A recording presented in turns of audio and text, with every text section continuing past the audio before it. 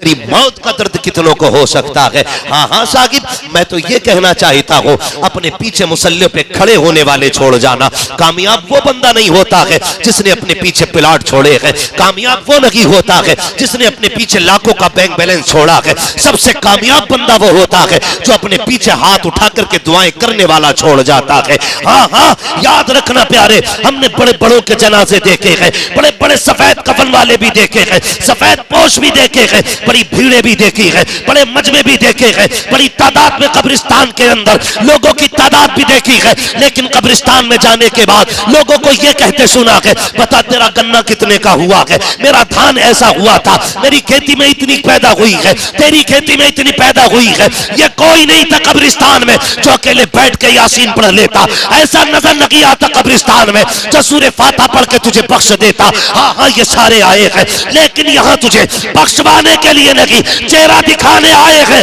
ओ यार, कान खोल के सुन, अपने बेटों को कुरान पढ़ाओ, अपनी औलाद को आलिम बनाओ, ताकि अगर तू जनाजे पे लेटा हो, मुसल्ले पे तेरा बेटा खड़ा हो और तुझे कफन में लिपटा हुआ देखे तो वो ये देख के ख्याल करे, आज ये वो लेटा है जिसने कंधों पे बैठा के मुझे मदरसे पहुंचाया था, ये वो लेटा है जिसने पेट काट के मेरी फीस भरी थी, ये वो लेटा है जिसने खुद तफाके किए थे, मुझे कुरान पढ़ाया है। उस वक्त ये सोचेगा मेरे मालिक मेरे बाप की मैं खिदमत ना कर सका, पूरी जिंदगी इसने मेरे नाम कर दी। हाँ हाँ, मैं गैरतमंद बेटों की बात करता हूँ, बेगैर तो से मेरा कोई लेना देना नहीं, वरना ऐसी भी औलाद है जो बाप के मरने की दुआएं करती है, जायदाद हड़पने के लिए उनके मरने का इंतजार करती है। याद रखना मेरे यार, अगर माँ बाप चले गए तुझे दौलत मिल जाएगी, पैसा मिल जाएगा, गाड़ी बंगला मिल जाएगा, लेकिन जिससे बिल्डिंग को शोहरत या इज्जत मिलती थी वो माँ बाप दोबारा नहीं मिल सकते हैं। जिससे घर में रौनक आती थी वो माँ बाप दोबारा नहीं मिलते हैं। मैंने बड़े बड़ों को रोते देखा है,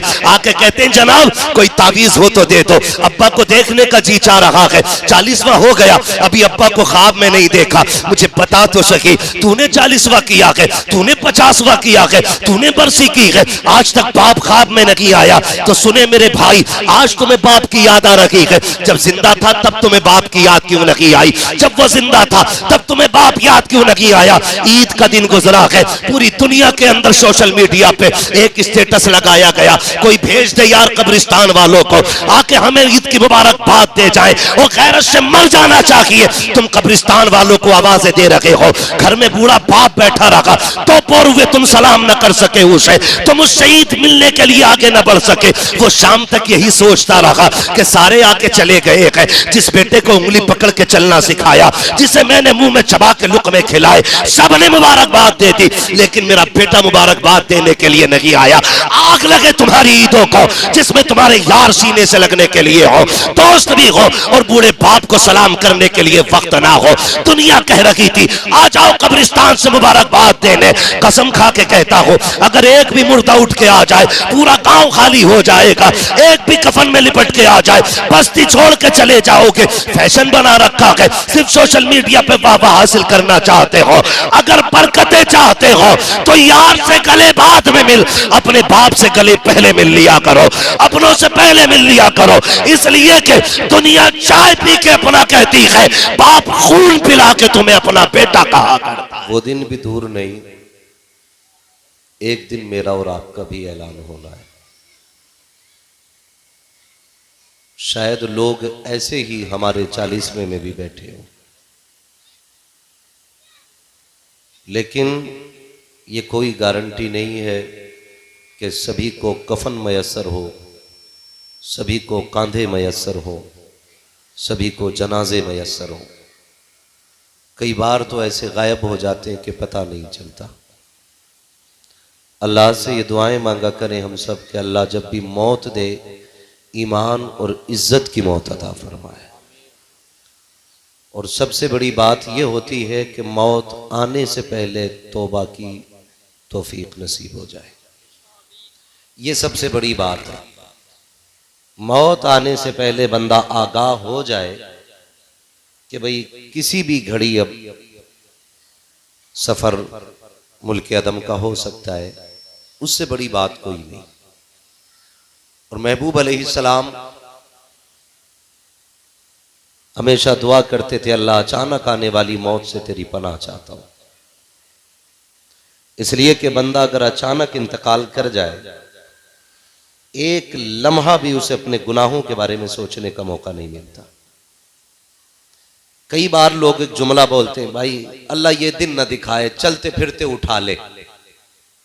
इस तरह बोलते ना, चलते फिरते उठा ले, अल्लाह ये दिन ना दिखाए, खाट पे ना पड़ना पड़े, किसी के हाथ का पानी ना पीना पड़े, खुद चलते फिरते पी ले। ओ भाई, वो मौत भी नसीब वालों को आती है जो कई दिन बिस्तर पे लेटने के बाद आए। सोच नहीं सकते भाई, गुनाहगार सारे ही, इसमें कोई दो राय नहीं, कोई दूध का धुला नहीं है। हम समझते हैं सबसे बड़े गुनाहगार हम हैं, मगर हमारा रब बड़ा करीम है, हमारा रब बड़ा करीम है। अगर एक बार भी बंदा अपने गुनाहों का एहसास करके अपने रब को आवाज देना, तो उसके कर्म पे इतना भरोसा है कि जबान से उसका नाम निकलने की देर है, बख्शिश आने में देर नहीं लगती है। जरी हम इतने हो गए कि हमने उसे ही आवाज देना छोड़ दिया। रोना इस बात का नहीं कि गुनाह ज्यादा हो गए, रोना इस बात का है हमने रब को याद करना छोड़ दिया, हमने अपने रब को आवाज देना छोड़ दिया। रोना इस बात का है। अभी रमजान शरीफ में शबे कद्र में हैदराबाद जाना हुआ। यकीन कीजिएगा कि शबे कद्र अपने रब को राजी करने की रात है कि नहीं। हर बुरे से बुरा शख्स भी हम समझते हैं गांव देहात का कि मस्जिद में आ जाता है, अपने रब को राजी करने की कोशिश करता है। लोग दौड़ते हैं शहर की तरफ। भाई, आप शहर में क्यों नहीं रहते, आप गांव में क्यों रहते हैं? गांव में क्या है, शहर में क्या है? बड़े फायदे गांव में। आंख वाला तेरे जोबन का तमाशा देखे, दीदे कोर को क्या है नजर क्या देखे। बात आ गई तो कह दूं, कम से कम गांव की सबसे बड़ी खूबसूरती यह है।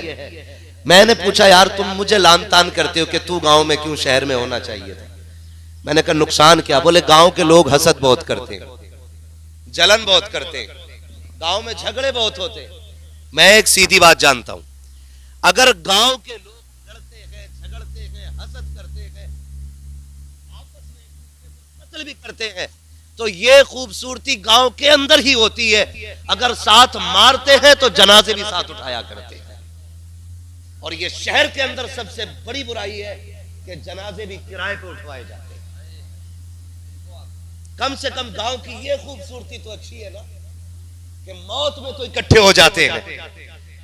एक सबसे बड़ी बात ये, और दूसरी बात, गांव की सबसे बड़ी खूबसूरती ये होती है कि गांव के अंदर बाप 110 साल का हो जाए, बेटा 90 साल का या 80 साल का या 70 साल का हो, और वह 70-80 साल के बेटे के बाप थप्पड़ मार देना, तो 70-80 साल का बेटा मुंह उठा के जवाब नहीं देता है।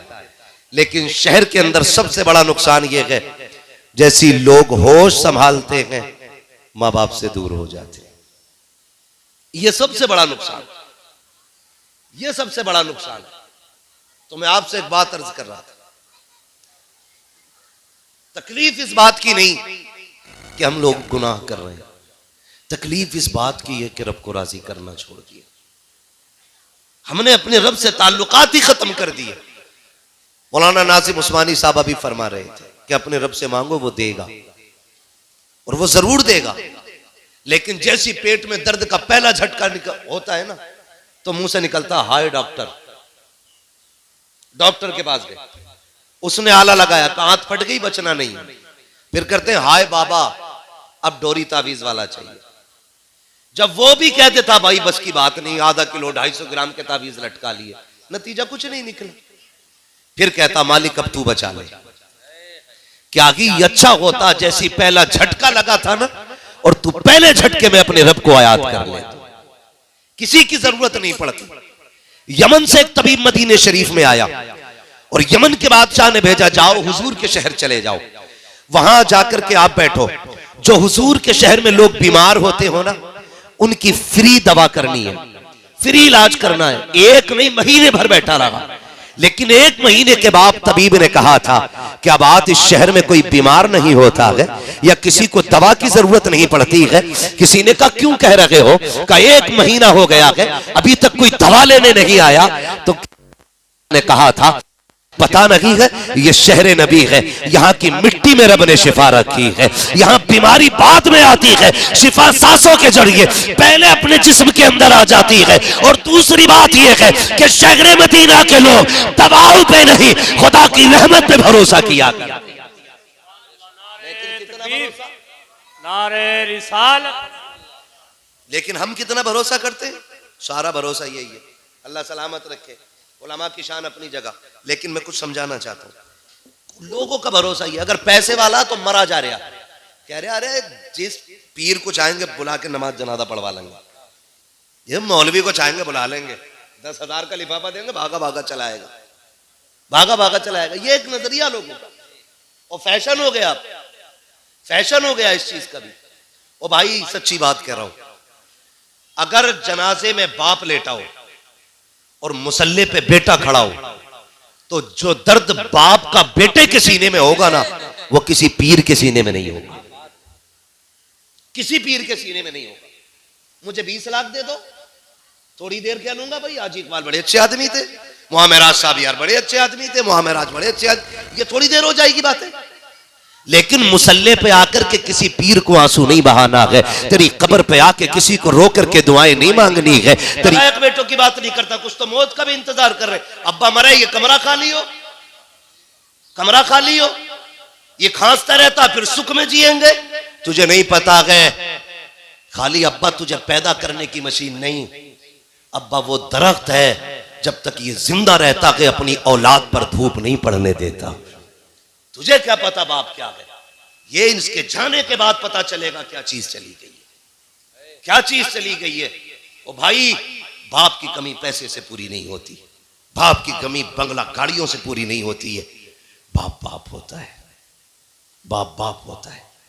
हाँ वो बड़ी प्यारी बात लगती है, मैं अक्सर कहता हूं, वो पूछा था किसी ने कि जब माँ उठाती है तो फिर कमर तक क्यों उठाती है, और बाप उठाता है तो फिर कंधे पे उठाता है, इसमें क्या राज है। तो बड़ी प्यारी बात किसी ने कही, कि जब माँ उठाती है कमर तक इसलिए उठाती है, वो ये चाहती है जहां तक मैं देख रही हूं मेरा बेटा भी वहां तक देख ले, इसलिए वो कमर तक उठाती है। और बाप कंधे तक इसलिए उठाता है कि जहां तक मैं देख रहा हूं उससे आगे तक मेरा बेटा देख ले, मेरा बेटा देख ले, इसलिए उंगली पकड़ी थी बाप ने।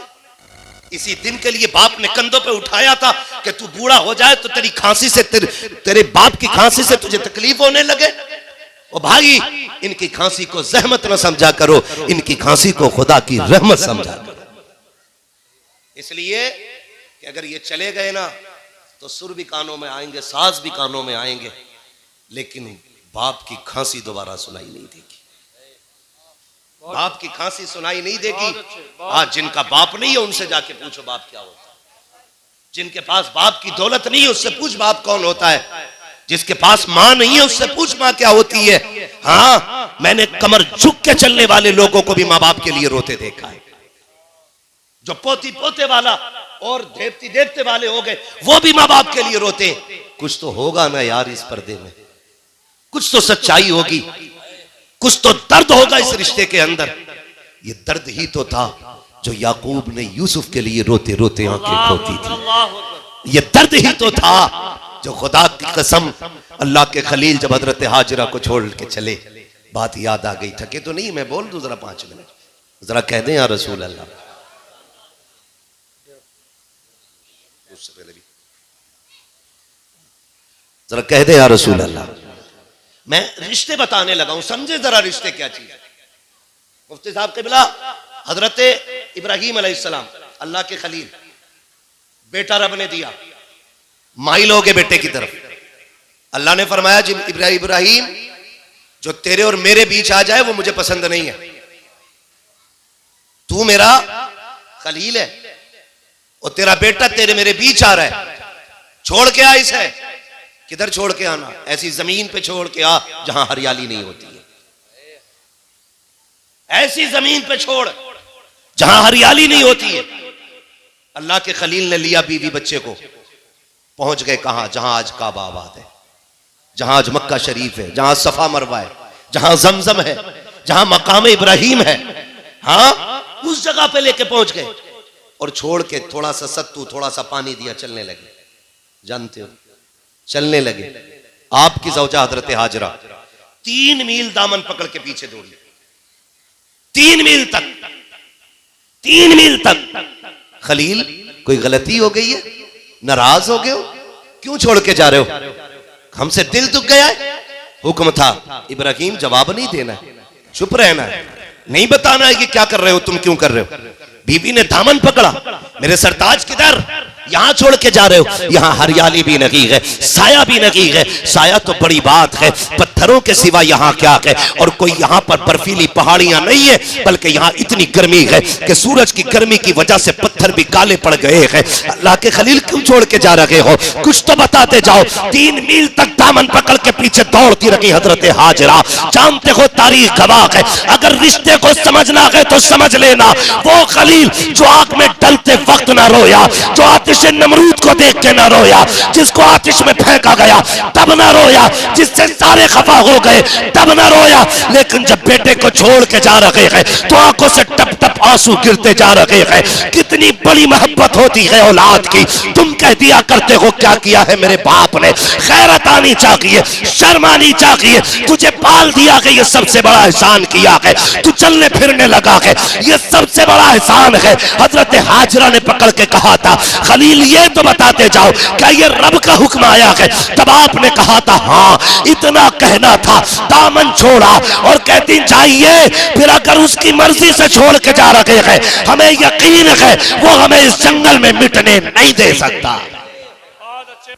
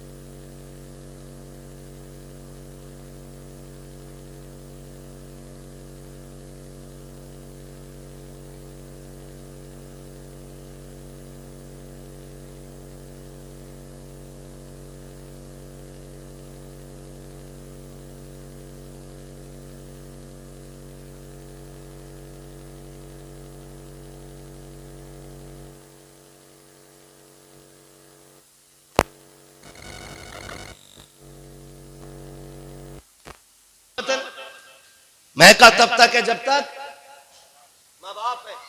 आज अगर आपके आगे बेटी है तो आपके आगे भी हर शख्स का रिश्ता बेटी से है। मैं तो ये चाहता हूं खुदा की कसम हर शख्स सबकी बेटियों को इज्जतें देना शुरू कर दे, खुद ब खुद उसकी बेटियों की इज्जत का इंतजाम हो जाएगा। ये ख्याल रखिए। इसमें बड़े अच्छे अच्छे रगड़े भी जाने और पकड़े भी जाने। शरीयत ने बेटे का डबल और बेटी का एक रखा है, ये आप दे दो। जहेज देना आप पे लाजिम नहीं है, भेली देना आप पे लाजिम नहीं है, छोचक देना आप पे लाजिम नहीं है, बेटी का हक देना आप पे लाजिम है। मत खिलाओ 400 बरातियों को खाना, साथ में बेटी के जहेज में कागजात रख दो जमीन के।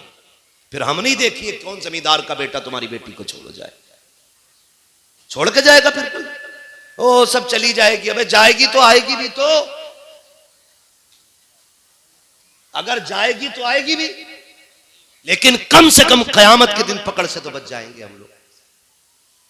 उस पकड़ से तो बच जाएंगे जिसमें हुकूकुल इबाद का मसला। ये तौबा से भी माफ नहीं है, ये तौबा से भी माफ नहीं है जब तक वो माफ ना करे जिसका हक है, और या फिर उसका हक अदा ना कर दिया जाए।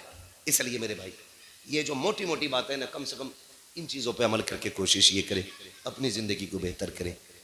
गुनाह हो जाए ये बंदे की फितरत है, लेकिन तौबा कर लेना ये रब को बड़ा पसंद है।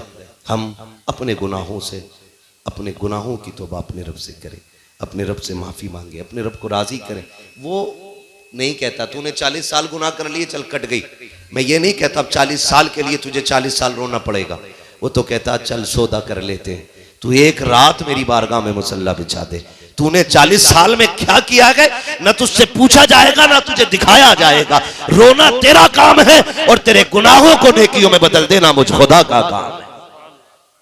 बस इतना करना है हमें, अपने रब को राजी करना। या अय्युहल्लज़ीना आमनू क़ू अनफुसकुम व अहलीकुम नारा, ऐ ईमान वालों अपने आप को और अपने घर वालों को जहन्नम की आग से बचाओ। हम कोशिश ये करें रिश्तों को निभा के चलें, अपनों को माफ़ करके चलें, एक दूसरे का हक अदा करके चलें, अल्लाह को राज़ी करने की कोशिश करें। बस जो हुए अगला उनको माफ़ फरमाए रब कायनात। ज़िंदगी ने दी चमन रहा, फूल खिलेंगे, ज़िंदगी रही फिर मिलेंगे। मुसाफिर हैं हम भी, मुसाफिर हो तुम भी, किसी मोड़ पर फिर मुलाकात होगी। सारे लोग कलमा शरीफ पढ़ लीजिए, ला इलाहा